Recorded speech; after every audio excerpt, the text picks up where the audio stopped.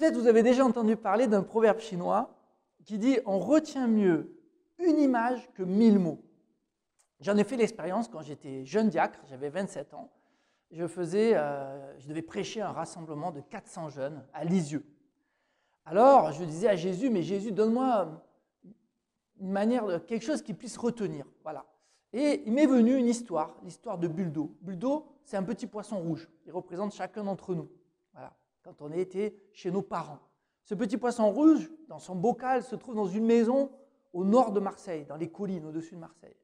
Un jour où la maman avait fait la vaisselle, Buldo saute de son bocal, tombe dans l'eau de rinçage, passe par les égouts et file dans le port de Marseille. Et quand il arrive dans le port de Marseille, il voit des choses magnifiques, des couleurs argentées, arc-en-ciel. Et il se précipite à l'intérieur tellement il est attiré par cette lumière. Évidemment, c'était des traces de pétrole qu'il y avait dans le port de Marseille, mais elles étaient toutes belles, ces traces de pétrole. Et évidemment, il est tombé là-dedans et ce n'était pas du tout agréable. Si on fait une comparaison, évidemment, Buldo représente chacun d'entre nous lorsqu'on était chez nos parents.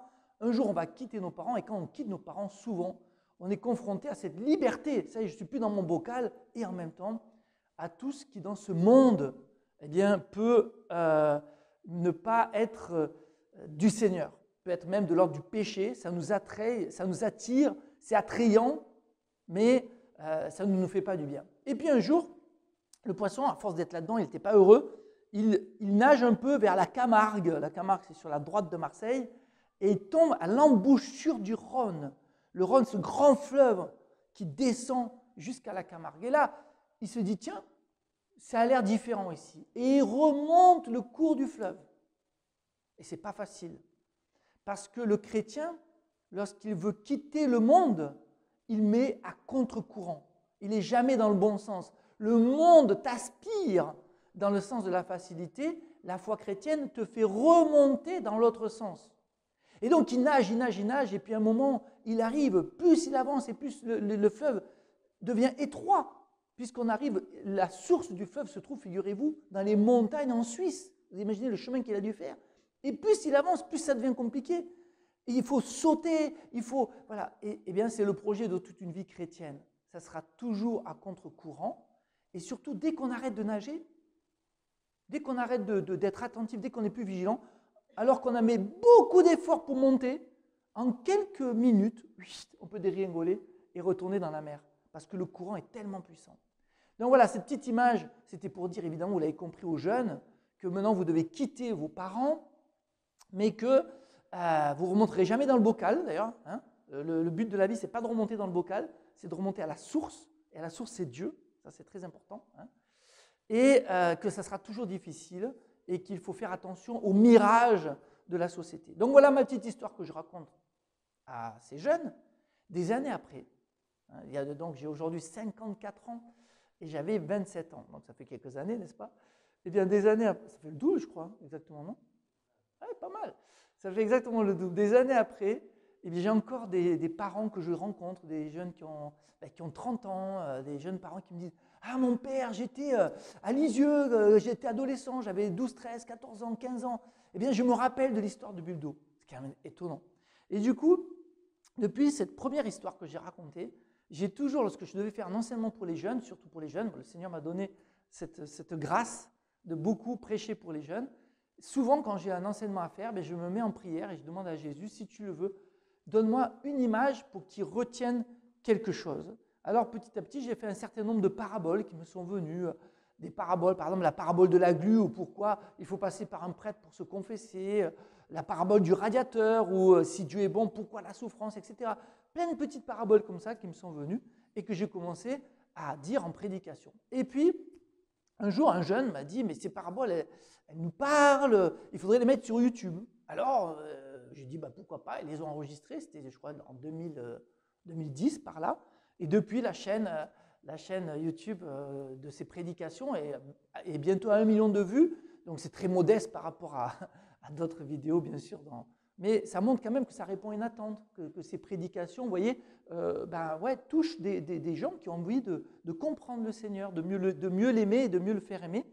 Et les jeunes de Cap Mission quand ils m'entendaient raconter ces prédications pour les aider justement à avancer dans la vie spirituelle, m'ont demandé pourquoi tu ne les mettrais pas dans un livre. Et donc j'ai sorti un livre en 2018, donc après mon livre témoignage qui était sorti 10 ans avant, en 2008. Là j'ai sorti un livre sur ces paraboles qu'on trouve, donc 15 paraboles tournées vers l'essentiel. Aussi, je vous propose de vous partager quelques paraboles aujourd'hui, pas toutes évidemment, mais quelques-unes pour un double objectif.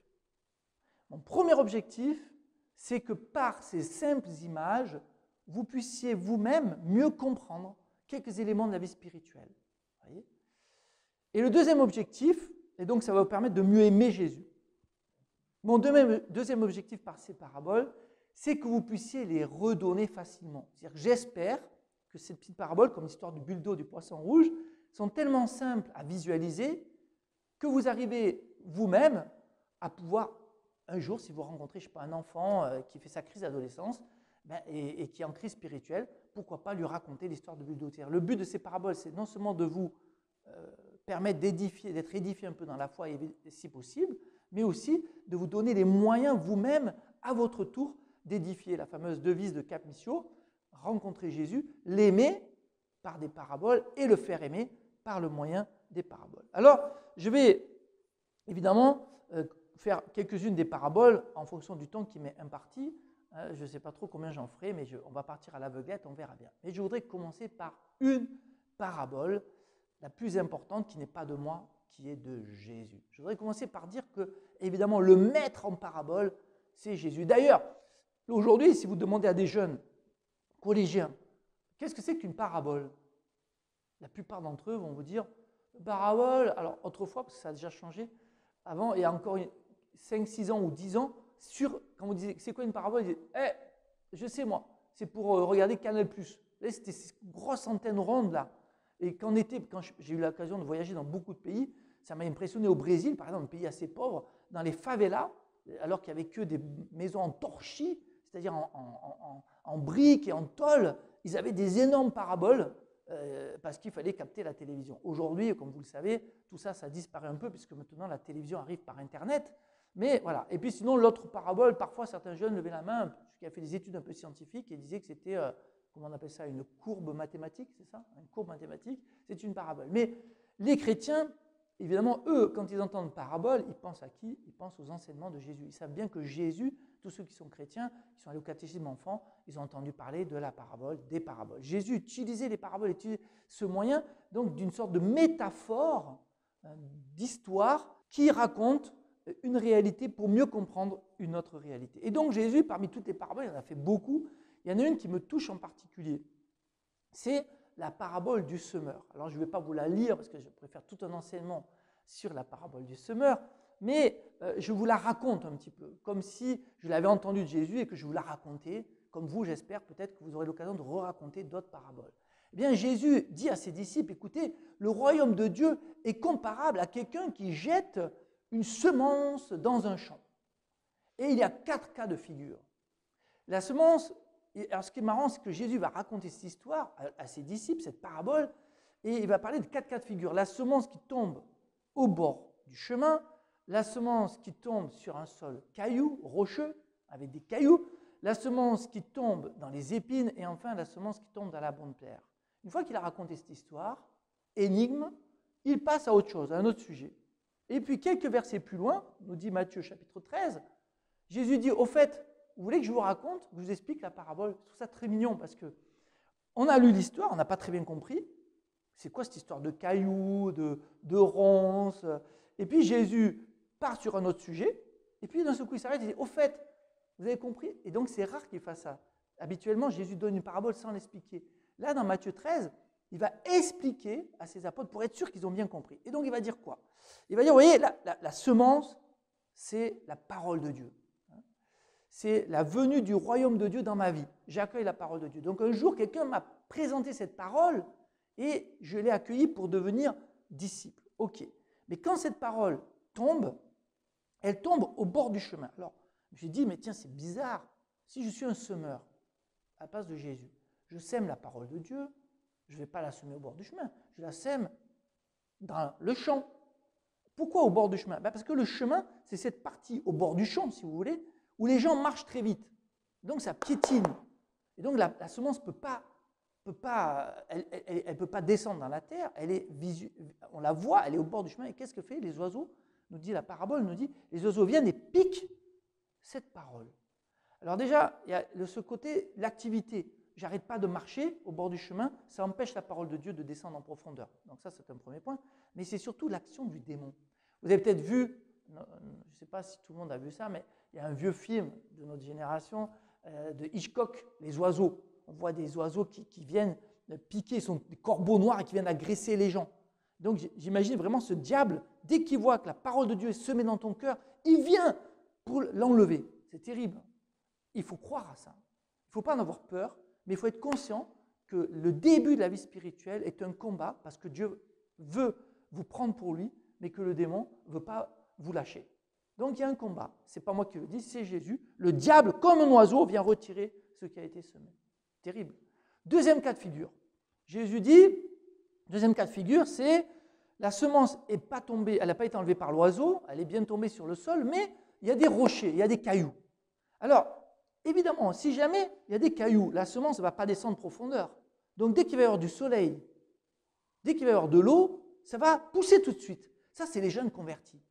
Ils vont à un camp de jeunes, ils font une session, ils vont au JMJ, ils vont à une messe qui est super, et tout de suite, oh, alléluia, le Christ est ressuscité, c'est magnifique. Vous voyez, c'est les hommes d'un moment.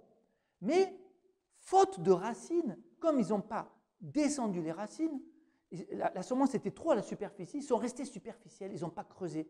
Ils n'ont pas creusé la parole de Dieu, ils n'ont pas creusé la communauté, vivre en communauté pour pouvoir être ensemble. Eh bien, qu'est-ce qui se passe? Dès qu'il y a un peu une épreuve, nous dit la parabole, dès qu'il y a un coup de soleil, ça crame.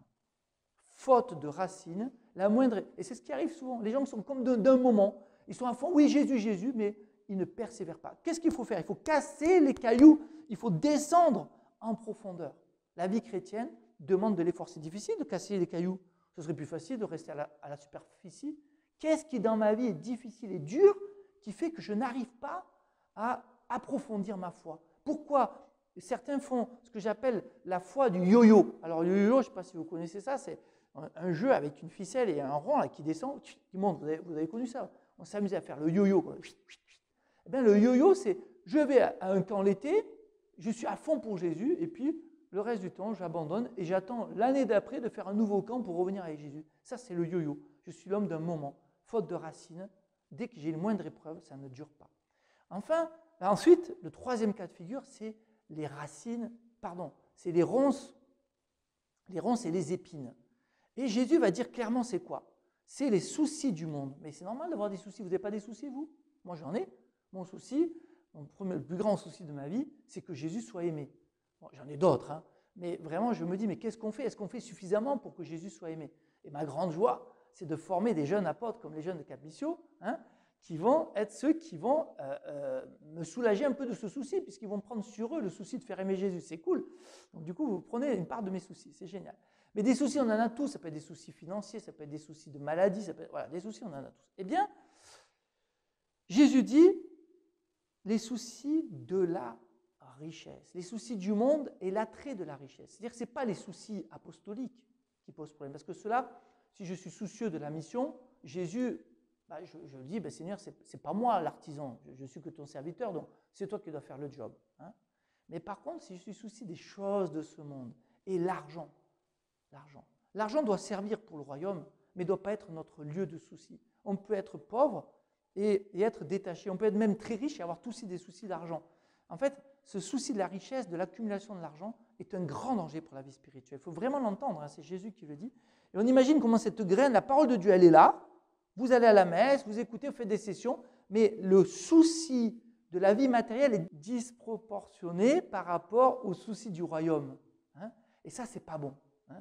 Il faut vraiment vivre comme un oiseau. Jésus le dit par ailleurs, vous êtes comme les oiseaux du ciel, vous valez plus que les oiseaux du ciel, je m'occupe de vous. Faisons confiance. Vivons de cette confiance en Dieu, sinon ça nous paralyse. Et un dernier point qui est très important de cette parabole, c'est que Jésus à la fin dit, vous allez avoir de la bonne terre, donc on espère que vous êtes tous de la bonne terre, mais il précise quelque chose. Certains vont donner 30 fruits pour une graine, un autre 60 fruits, toi 90 fruits, toi sans fruit. Mais c'est bizarre, ça vient de quoi? Eh bien, ça vient simplement que le Seigneur a un plan particulier pour chacun. Ça ne veut pas dire que la terre est mauvaise, la terre est bonne. Et donc, on a visuellement, en apparence, on a, si vous voulez, des fruits différents les uns des autres. Ça invite vraiment à être très respectueux, ne jamais se comparer. À partir du moment où on fait ce qu'il faut pour que le Seigneur passe à travers nous, il y a des ministères, il y a des histoires qui vont être un peu plus visuelles. Il y a certains prêtres qui vont être, j'en fais partie, un peu mis en avant par des prédications, par des choses comme ça, mais ce n'est pas quelque chose qu'on a cherché. On essaye de le vivre, en tout cas on essaye, et on essaye au mieux de le vivre comme un service de la parole. Et puis d'autres prêtres qu'on verra moins sur les écrans, et pourtant qui font un fruit extraordinaire, qui est moins en apparence, mais qui est extraordinaire parce que c'est l'appel de Jésus pour lui. Donc ça, c'est très important de ne pas se comparer les uns aux autres. Donc voilà pour la parabole du semeur. Ensuite, une grande question, c'est la question de la souffrance. Donc en évangélisation, quand je forme les jeunes de Camisio, je dis mais comment, si Dieu est bon, mais si Dieu est bon, pourquoi la souffrance? Et alors très rapidement m'est venue, quand j'étais jeune prêtre, cette parabole que j'appelle la parabole du radiateur. La parabole du radiateur où si Dieu est bon, pourquoi la souffrance? Alors, imaginez que vous avez un père de famille qui a un fils de 16 ans. Et ce fils se met à fréquenter ce qu'on appelait chez nous à l'époque les punks, c'est-à-dire un mouvement. Vous voyez ce que c'est les punks? C'est un mouvement un peu de jeunes avec des cheveux comme ça, avec des oreilles percées, des tatouages, qui boivent de l'alcool, qui fument, qui se droguent, etc. Et le père n'est pas très rassuré, parce qu'il trouve que ce n'est pas une très bonne fréquentation. Il essaie de protéger son fils et lui dit « Mon fils, je ne veux plus que tu sortes le soir, c'est dangereux. » Mais bon, son fils ne l'écoute pas, il sort et quand il revient un jour, il saigne, il s'est bagarré. Et son père est vraiment paniqué, il lui dit « Bon, non, maintenant c'est fini, je ne veux plus que tu sortes. Écoute-moi, maintenant c'est sérieux là, je ne veux plus, c'est fini. » Et il l'enferme dans sa chambre. Évidemment, qu'est-ce que fait le fils? Il saute par la fenêtre. Et quand il revient le lendemain, c'est encore pire, il s'est drogué, il est une épave, il sent l'alcool, il a du sang encore plus, etc. Et là, le fils, le papa, il a tellement peur pour la vie de son fils qu'il décide de prendre son fils et de l'accrocher dans sa chambre avec des menottes, de le menotter au radiateur. Et il lui dit « Mon fils, je ne veux pas que tu meures, je ne veux pas que tu fasses n'importe quoi, donc c'est par amour pour toi que je fais ça. Je veux t'empêcher de faire le mal, je veux t'empêcher de fréquenter ces gens parce que ta vie est en danger. » Mais le fils, qu'est-ce qu'il fait? Il hurle « Laisse-moi partir, je te hais !» Évidemment. Donc, si on fait le parallèle avec Dieu, Dieu est comme un père qui dit aux hommes « Ne faites pas ci, ne faites pas ça » par sa parole. Il n'arrête pas, il nous a donné les commandements depuis Moïse et jusqu'à encore aujourd'hui. Il ne cesse de répéter aux hommes « Ne tuez pas, ne volez pas, ne soyez pas jaloux les uns des autres ». Il donne tous ces enseignements, mais les gens ne les écoutent pas. Qu'est-ce qu'il doit faire? Est-ce qu'il va nous obliger à devenir d'un seul coup bons? Non. Dieu nous laisse libres. Et la grande majorité du mal sur cette terre vient de cette grande liberté que nous avons. Dieu ne peut pas nous enchaîner à un radiateur. Il ne peut pas nous obliger à faire le bien. Voyez? Donc, ça, c'est très important de le comprendre. Évidemment, vous allez me dire, mais il y a quand même du mal sur la terre qui ne vient pas du mal des hommes. Par exemple, s'il y a une catastrophe naturelle, s'il y a un ouragan, ce n'est pas les hommes qui ont créé cet ouragan. Donc, il y a des victimes qui ne viennent pas du mal des autres. C'est vrai, quoique. On pourrait penser qu'il y a peut-être certains phénomènes, même climatiques, et certaines maladies, peut-être le Covid d'ailleurs, on est en plein dedans, on ne sait pas trop quel est le rôle de l'homme là-dedans. Certains parlent qu'il y aurait eu des expériences en Chine. Voilà, ce n'est pas mon domaine, je ne suis pas scientifique, je ne suis pas médecin, mais en tout cas, il y a des catastrophes climatiques qui viennent aussi souvent de ce que les hommes font. Je pense que quand on fait exploser des bombes atomiques dans les sous-sols de la Terre, à certains endroits de la planète, pour prévoir de faire la guerre contre les hommes, je ne suis pas sûr qu'on fasse du bien à notre climat et à notre planète. Donc je pense qu'il y a beaucoup de choses. Mais à la limite, ok, il y a une part de mystère et le mal est dans le monde, ok. Si on élimine tout le mal que les hommes font, il resterait peut-être quoi? 10%, 20% de mal à supporter? Mais ça serait tellement minime. Donc voilà, on est devant une réalité qui nous fait mal au cœur parce que Dieu, tout-puissant, capable de nous empêcher de faire le mal, est un Dieu désarmé, des plus loin armés, c'est-à-dire un Dieu tout-puissant, et en même temps il est désarmé, c'est-à-dire sans armes, face à notre liberté. J'aime beaucoup cette phrase du théologien Paul Evdokimov qui disait « Dieu est faible parce qu'il a un faible pour l'homme ». C'est magnifique. Dieu est faible parce qu'il a un faible pour l'homme. Et enfin, pour finir sur ce thème de la souffrance, Paul Claudel disait, un écrivain français, cette phrase magnifique, « Jésus n'est pas venu supprimer la souffrance, ni même l'expliquer, mais l'habiter de sa présence. » Ça change tout. Aujourd'hui, l'homme continue de souffrir, hein, mais il souffre différemment. Il souffre différemment parce que Jésus a pris la souffrance sur lui. Le Seigneur est mon berger, je ne manque de rien, dit le psaume 23. Sur des prés d'herbes fraîches, sur des verts pâturages, tu me mènes. Ah oui, alors tu étais chrétien, c'est bon, c'est la petite maison dans la prairie, il y a des fleurs, il y a des prés, tout va bien. Non. Lorsque je traverse les ravins de la souffrance et de la mort, ton bâton et ta houlette sont là qui me rassurent. Dieu me tient par la main. Jésus est passé par le ravin de la souffrance et de la mort. Il nous tient par la main. Nous ne sommes jamais à l'abri de la souffrance. Nous ne sommes jamais à l'abri de la croix. Mais Jésus nous tient par la main pour nous faire traverser. Tenons la main de Jésus et comprenons qu'il ne pourra jamais nous obliger à faire le bien. Amen. Donc voilà pour la petite parabole du radiateur. Je continue. La parabole de l'aéroport, où que se passe-t-il si l'homme perd le sens de Dieu? Un jour, j'étais parti en 2005 au Kazakhstan, figurez-vous. Le Kazakhstan, c'est un peu loin. Hein. Le Kazakhstan, c'est vers la Sibérie, là-bas. Et figurez-vous que c'était les JMJ de Cologne, donc Benoît XVI faisait un grand rassemblement des jeunes à Cologne, et l'évêque d'Astana me contacte en me disant « Père, on a vu que vous êtes prédicateur auprès des jeunes, nos jeunes n'auront pas l'argent pour aller au JMJ de Cologne, est-ce que vous pouvez, vous, venir voir les jeunes le même été ?» Je dis bah « Oui, avec plaisir, ça m'a beaucoup touché d'être invité, donc j'ai pris un avion d'ici, de Marseille pour Francfort, et de là je devais prendre un autre avion pour Astana, et puis ensuite je devais faire une bonne journée de 4x4 pour arriver dans la steppe jusqu'à ce rassemblement de 200 jeunes à Aujournier, ça s'appelait Aujournier. Et bien voilà que quand j'arrive à Francfort, le coucou, l'avion russe qui devait m'amener de Francfort jusqu'à Astana, tombe en panne. C'est-à-dire la correspondance. Donc du coup, je suis resté 24 heures bloqué dans l'aéroport. Bon, c'est des choses qui arrivent quand on est missionnaire, on connaît ce genre d'aventure. Alors j'attends, je dis mon chapelet, je prie, et puis surtout je lis à ce moment-là un livre que je lis souvent, que je lis et relis, c'est l'exhortation apostolique Redemptoris Missio du pape Jean-Paul II, qu'il a écrit en 92, sur l'importance de la mission. Et au moment où j'étais en train de relire ce texte que j'aime beaucoup, je lis ce texte, je vous cite, « Le monde actuel connaît des conquêtes admirables, mais on a l'impression qu'il a perdu le sens des réalités ultimes et même de son existence. » C'est vrai, je me dis, mais je suis dans un aéroport, je vois que l'homme est capable de construire des avions, mais même plus, il est capable de construire une fusée pour aller sur la Lune.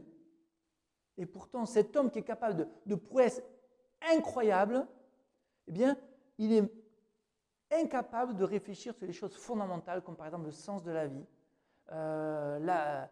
d'où on vient, où on va, la mort, l'origine de l'existence. Voilà.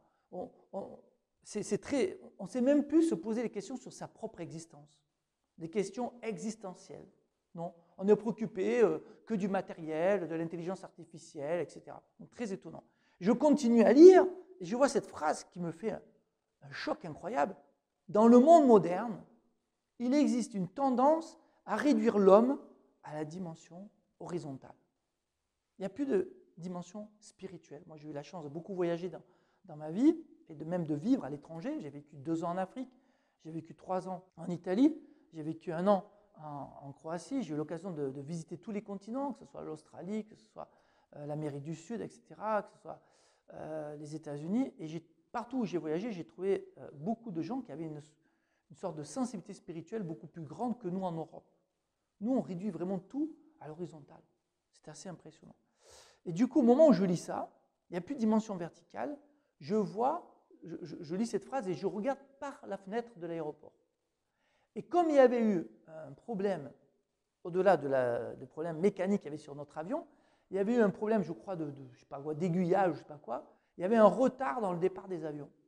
Et donc, c'est l'aéroport de Francfort, le plus gros aéroport d'Europe. Il y avait plein d'avions à la queue leu-leu, c'était drôle, qui attendaient pour partir. Donc, ils roulaient très doucement sur presque 2 km d'avions, les uns derrière les autres, avant de prendre la piste de décollage. Et ça m'a amusé. Je me suis dit, tiens, imaginons qu'au lieu de décoller, ces avions sortent par la porte de l'aéroport et se mettent à voyager sur les autoroutes. Ça serait drôle, non? Ils partiraient à Berlin, ils partiraient à Paris, ils partiraient à Barcelone, ils partiraient à Rome, et les avions rouleraient sur les autoroutes. Il faudrait tout changer, il faudrait changer les aiguillages, il faudrait que les hommes s'adaptent. Hein. On mettrait des policiers sur des grands escabeaux, sur des grandes GSL pour faire la circulation. Aller à droite, à gauche, ça serait vraiment ridicule. Vous êtes d'accord? Il faudrait peut-être d'ailleurs réduire les ailes des avions pour arriver à prendre des virages. Enfin, c'est ridicule. Eh bien, je me disais, mais c'est aussi ridicule d'imaginer des avions prendre l'autoroute de notre Europe que de dire que l'homme est fait uniquement pour la dimension horizontale de sa vie. C'est aussi ridicule d'imaginer des avions sur les autoroutes que d'imaginer l'homme qui perd le sens de Dieu. Nous sommes faits pour Dieu comme un avion est fait pour voler. Un avion n'est pas fait pour rester sur l'autoroute, il faut qu'il tire sur le manche à balai, qu'il prenne de la hauteur, et là, il est dans les 3 dimensions, il est dans l'espace. Nous ne sommes pas simplement un esprit, une intelligence, si vous voulez, un corps, nous avons aussi une âme. Et cette dimension spirituelle, il faut qu'on la découvre. Et l'homme est pleinement homme seulement quand il s'occupe des affaires de sa vie spirituelle, lorsqu'il s'occupe de Dieu dans sa vie. Alors voilà, il faut vraiment que vous compreniez du coup l'importance de la mission pour pouvoir permettre aux hommes d'être hommes. Nous sommes tous comme des avions et on ne doit pas rester sur la dimension horizontale, on ne doit pas rester à terre. Donc voilà pour cette petite parabole de l'aéroport où que devient l'homme s'il perd le sens de Dieu. Continuons, une autre parabole qui m'a beaucoup parlé, c'est la parabole des étoiles, ou comment reconnaître les signes de Dieu dans nos vies. Alors ça vient du fait que comme jeune prêtre, j'amenais régulièrement des jeunes en pèlerinage au Sinaï, là où Dieu s'est révélé, sur le mont Sinaï en Égypte. Donc on prenait un avion depuis Paris, on arrivait à Sharm el-Sheikh, et puis là on prenait des 4x4 et on arrivait dans le désert, et puis ensuite les déserts nous laissaient, les 4x4 nous laissaient, et on prenait des chameaux, et on marchait pendant une semaine dans le désert, jusqu'au dernier jour où on montait au sommet du mont Sinaï, où on faisait une messe, et où on brûlait sur un papier toutes nos intentions. C'était incroyable, c'était vraiment magnifique. Et évidemment, tous les soirs, on dormait à l'hôtel. À l'hôtel, 1000 étoiles. Évidemment, vous comprenez que c'est un jeu de mots. Hein. Je ne sais pas si ça marche pour toutes les personnes qui regardent cette vidéo, mais en France, plus l'hôtel est de qualité, plus il a d'étoiles. Et là, évidemment, ce n'était pas un hôtel. On dormait dehors avec un duvet, mais on avait 1000 étoiles devant nous. C'était extraordinaire. Donc, on refusait les tentes. On dormait à la belle étoile, comme on le dit en français. On dormait à la belle étoile. Et donc, une fois qu'on a préparé le camp, avant d'aller se coucher dès la première nuit, je disais aux jeunes, maintenant qu'on avait fini le repas, on va s'éloigner du feu de camp et vous allez vous allonger et faire silence. Alors les jeunes ne comprenaient pas. Ils s'allongeaient, faisaient silence et ils regardaient. Et puis très rapidement, le silence était interrompu par un cri. Ah, vous avez vu? À gauche. Ah oui, et là à droite. Et là. Ah, mais c'est incroyable. Qu'est-ce qu'ils voyaient? Des étoiles filantes. C'est incroyable parce que quand on est dans le désert, on en voit plein. Il y a une qualité de luminosité qui fait qu'on voit plein d'étoiles filantes. Pas une, mais c'est 2, 3, 4, 10. En l'espace de quelques minutes, on en voit tellement, c'est assez impressionnant. Comparons, frères et sœurs, les étoiles filantes avec les signes de Dieu dans nos vies. Tous, vous vous dites, mais pourquoi je ne vois pas Dieu agir dans ma vie? Eh bien, la première chose, si tu compares les signes de Dieu aux étoiles filantes, c'est que pour voir les étoiles filantes, il faut quitter la ville. Ici à Montpellier, il y a des étoiles filantes, il y en a autant que dans le désert, mais je ne les vois pas parce que je suis dans la ville. Même quand on est dans le désert, si on reste à côté du feu de camp, on ne voit pas les étoiles filantes, alors qu'on est en plein désert. Il faut s'éloigner de la lumière du feu de camp. Il faut s'éloigner de l'artificiel, de ce que l'homme crée. Pour trouver Dieu, il faut s'éloigner il faut se mettre à l'écart. Donc faire une retraite de temps en temps, faire un week-end de jeûne, faire je ne sais quoi, pour nous permettre de voir Dieu à l'œuvre. Et ensuite, il faut non seulement se mettre à l'écart, mais il faut aussi vouloir voir. Parce que quand j'étais dans le désert, je voyais des gens passer avec des 4x4. Et eux, je suis sûr que le soir, ils pensaient à boire des bières en plein désert, à fumer des pétards, de la drogue, et ils n'étaient pas du tout dans une démarche, je vais dans le désert pour prier, ils étaient dans une démarche pour faire un safari. Ben, eux, ils ne regardaient pas les étoiles filantes. Qui cherche trouve, nous dit Jésus. Celui qui frappe, il ouvrira. Si tu cherches à voir les signes de Dieu, Dieu se manifestera parce qu'il veut se manifester. C'est une joie de voir une étoile filante, c'est une joie de voir Dieu agir dans ma vie. Voyez ? Et puis, petit à petit, quand on regarde les étoiles filantes, parce qu'on est attiré par Dieu, petit à petit, on regarde les étoiles fixes. Orion, la Grande Ourse, Scorpion, voilà. Plein de belles étoiles là. Et là, je réalise une chose. C'est que les marins, pendant des siècles, et encore aujourd'hui, il y a une compétition, comment on appelle ça, une compétition de voiliers qui traverse l'Atlantique sans GPS, sans rien, simplement avec le compas et les étoiles.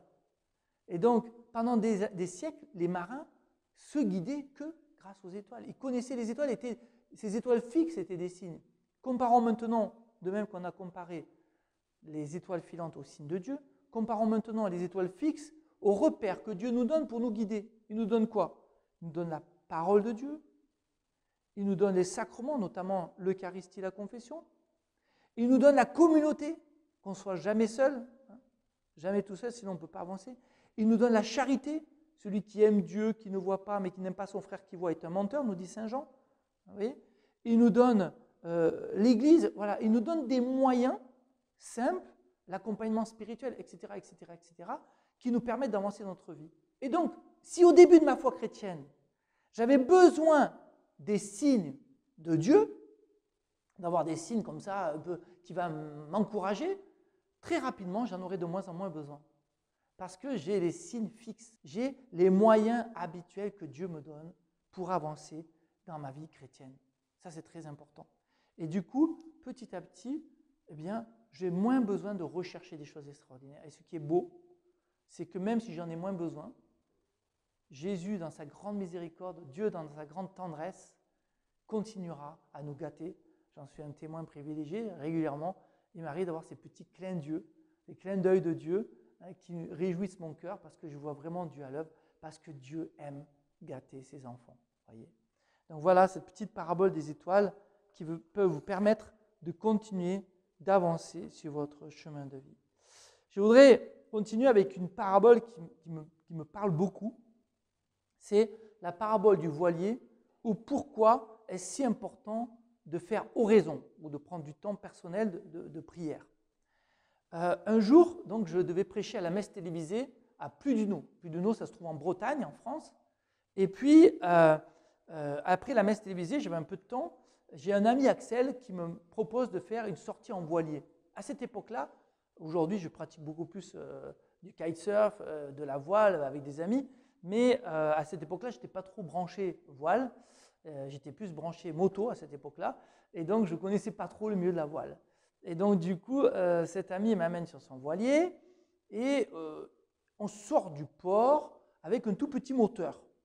C'était rigolo d'ailleurs parce que c'est un grand voilier, mais un tout petit moteur. Bon, on sort, un moteur ridicule parce qu'en France, on peut avoir un voilier assez grand sans avoir de permis bateau parce que le moteur est tout petit en fait. Du coup, il n'y a pas besoin de permis bateau. Donc, on sort du port. Il y avait très peu de vent, c'était vraiment une journée très chaude en plein été. Et là, il arrête le moteur, on hisse les voiles, sur la grande voile, etc. Et il commence à naviguer un peu, donc ça va très doucement. Et le vent s'engouffre dans les voiles. Bon. Et puis à un moment, d'ailleurs, il me dit, René, tu veux essayer de barrer, tenir le gouvernail? Je dis, oui, bien sûr. Donc je tiens la barre. Et moi qui ne savais pas trop, je n'étais pas trop habitué, j'ai perdu le cap, et à un peu de temps, quand on perd le cap, la voile s'affaisse. Et lui, il a repris tout de suite pour reprendre le cap. Je dis, mais c'est plus technique que ce que je croyais, c'est assez impressionnant. Et donc, j'étais là-dessus, et puis de ce coup, je suis intrigué.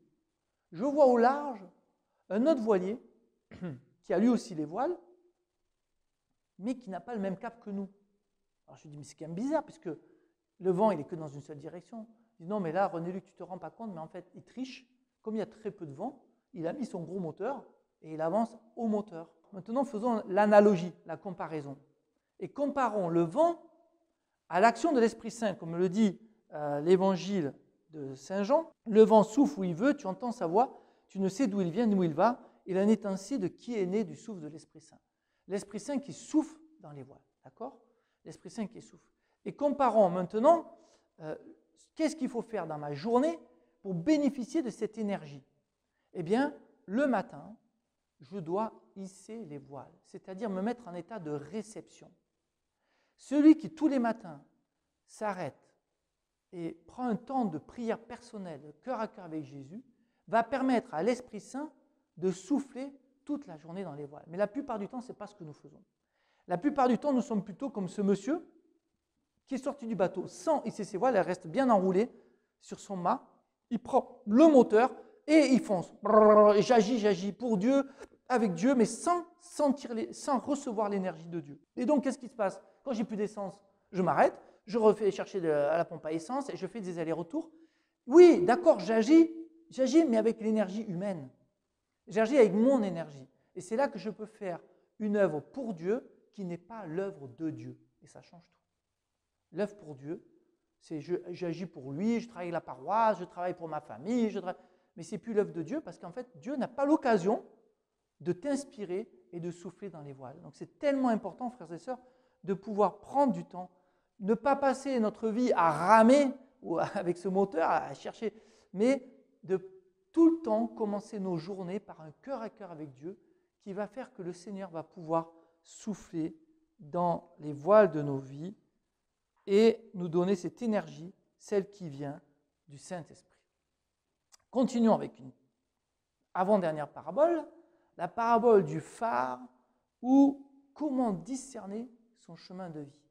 Vous, les jeunes de Camisio, qui êtes devant moi, vous, les gens qui m'écoutez, quelle que soit la période de votre vie, surtout quand on est jeune, on se pose la question, qu'est-ce que je vais faire? Est-ce que je vais faire prêtre? Est-ce que je vais faire religieux? Est-ce que je vais faire me marier? Qu'est-ce que je vais faire comme métier? Est-ce que je vais faire médecin? Est-ce que je vais faire, je ne sais pas moi, pompier? Voilà, toutes sortes de questions. Et même quand on est déjà marié et qu'on a déjà un métier, est-ce que je déménage à Bordeaux ou est-ce que je reste à Montpellier, qui est quand même une ville beaucoup plus chouette que Bordeaux? Enfin, j'ai n'importe quoi. Voilà, non, c'est une blague, hein, évidemment. Et donc, on réfléchit, on cherche, on a des projets. Voilà, et on a toujours besoin de faire des discernements importants qui engagent notre vie et souvent ceux qui vivent avec nous. Alors, je dis, on est un peu comme un bateau qui se trouve dans le brouillard. On voit encore plus le brouillard et la nuit et qui ne voit plus rien. Il tient le cap, il ne sait pas trop où aller. Et d'un seul coup, il voit sur la côte un grand phare. Vous voyez, ces grands phares qui préviennent les bateaux de là où on est et surtout qui protègent les bateaux pour ne pas qu'ils tapent les rochers. Donc, si je vois le phare, je sais où je vais dire, ah ben voilà, je vais du point A vers le point B. Et donc, on aimerait que Dieu, dans nos vies, nous donne un grand phare. Je veux que tu fasses ça de ta vie. Mais Dieu le fait rarement. Ça peut arriver, hein. Mais c'est très très rare. Dieu a une autre pédagogie. Il ne vous donne pas un phare sur la côte, il vous donne un phare de vélo. Et avec le phare de votre vélo, vous avez de la lumière que pour les 3 ou 4 mètres devant vous. Dans la mesure où vous pédalez. Parce que c'est encore les vélos de l'époque où il fallait une dynamo, quelque chose pour faire la lumière. Aujourd'hui, il y a des batteries, donc c'est un peu différent. Ça veut dire que si tu restes immobile, en disant « j'attends que Dieu me parle », non. Aujourd'hui, tu peux te mettre en route avec les moyens que tu as. Hein. Aujourd'hui, lis la parole de Dieu. Aujourd'hui, fais un accompagnement spirituel. Aujourd'hui, fais ton travail, ton devoir d'État. Aujourd'hui, et les choses vont s'éclairer petit à petit. N'attends pas que ça tombe du ciel, d'une certaine manière. N'attends pas que ça te tombe du ciel. D'accord? Donc, il faut avancer avec cette certitude qu'en avançant, j'aurai la lumière. Et puis, vous savez, en Camargue, je suis originaire de la Camargue, il y a une grande plage qu'on appelle la plage de Bauduc où il y a des gens qui font du char à voile. Donc, c'est une sorte avec des roues, on a une voile et et on avance sur les plages. Donc il y a plein de traces. Imaginez que vous avancez avec votre vélo, vous avez bien la lumière 4 mètres devant vous, mais il y a tellement de traces que vous ne savez pas lesquelles traces suivre.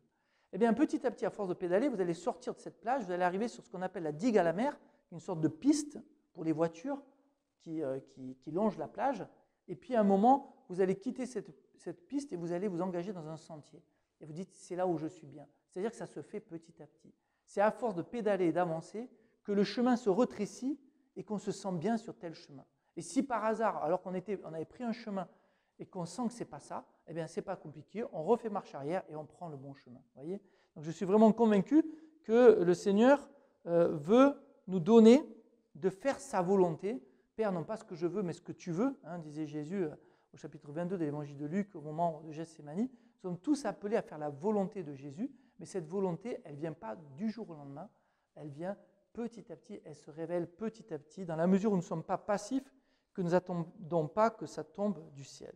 Et pour conclure, dernière parabole qui est pas vraiment de moi, je l'ai un peu améliorée. Un jour, je devais prêcher à Winsingham, qui se trouve près de Londres, dans un grand rassemblement de week-end qui s'appelait Jeunesse 2000.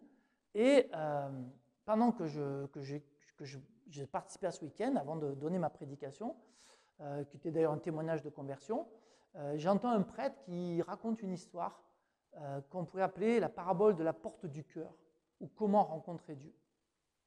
Et donc, j'ai repris cette parabole et je l'ai un peu améliorée. Voilà, je l'ai un peu améliorée. Donc, je vous la raconte. Cette parabole, ça vient d'un verset de la parole de Dieu qui est Apocalypse, chapitre 3, verset 21. Quand Jésus dit, « Voici, dit le Seigneur, je me tiens à la porte et je frappe. Celui qui entend ma voix et qui ouvre, j'entrerai chez lui, je ferai ma demeure auprès de lui. » C'est magnifique. « Voici, dit le Seigneur, je frappe à la porte.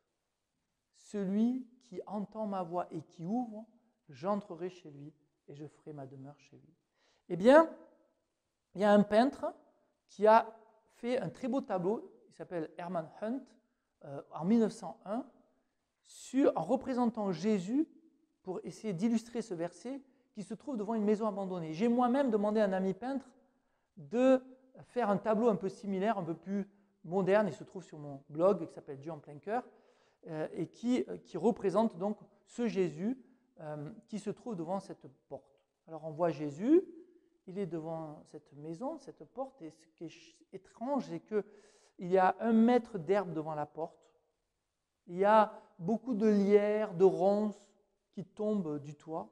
On a vraiment l'impression que la maison est abandonnée. Mais en fait, elle n'est pas abandonnée parce qu'il y a de la lumière dans la maison. Donc, elle n'est pas abandonnée. Jésus, devant cette porte, il frappe. Mais la porte n'a pas été ouverte depuis très longtemps. Il y a certainement d'autres portes de l'autre côté de la maison qui donnent sur le sport, qui donnent sur le partage, qui donnent sur la musique, qui donnent sur des belles portes, peut-être des portes moins belles, qui donnent sur l'argent, l'égoïsme, etc. Peu importe, tout ce qu'on sait, c'est que la porte sur la vie spirituelle, sur Jésus, n'a pas été ouverte. Pourtant, Jésus frappe à la porte. Il frappe comment? Il frappe par une rencontre, il frappe par un témoignage, il frappe par une lecture. Il a plusieurs moyens de frapper à la porte. Moi, il a frappé à la porte de mon cœur en entendant le témoignage de Nicky Cruz. Et c'est comme ça que j'ai ouvert mon cœur à Dieu. Mais si on regarde bien la porte dans le tableau que j'ai fait peindre, on se rend compte qu'il y a un trou de serrure. Parce que la porte est sans doute fermée à clé. Un tour de clé parce que mes parents se sont séparés. Un tour de clé parce que ceux que j'aimais étaient malades. Encore pire, un tour de clé parce que mon grand-père, mon grand-mère que j'aimais énormément quand j'étais petit et qui me parlait de Dieu est décédé, alors que j'ai tellement prié pour qu'elle ne décède pas. Un tour de clé parce que je suis en échec scolaire. Un tour de clé parce que je suis rejeté à cause de mon physique. Un tour de clé parce que, je ne sais pas moi, il peut y avoir tellement de tours de clé. Et donc c'est ce qui fait que, consciemment ou inconsciemment, on a pu fermer notre porte à Jésus. Consciemment ou inconsciemment. Mais il y a un autre détail qui est très bouleversant. Sur cette porte, il n'y a pas de poignée. Alors vous allez me dire, mais ce n'est pas une porte, c'est un mur. Non, c'est bien une porte. Mais la poignée, elle est de l'autre côté. Elle est à l'intérieur. Et c'est ça la particularité de notre Jésus. Jésus s'est frappé à la porte, mais il ne sait pas enfoncer la porte. Jésus ne sait pas enfoncer. Jamais il forcera quelqu'un à l'aimer. C'est ce qui rend la vie chrétienne tellement belle à la fois et à la fois tellement problématique, parce qu'elle est faite de toute proposition et de toute délicatesse, de toute douceur. Jésus frappe à la porte de votre cœur maintenant.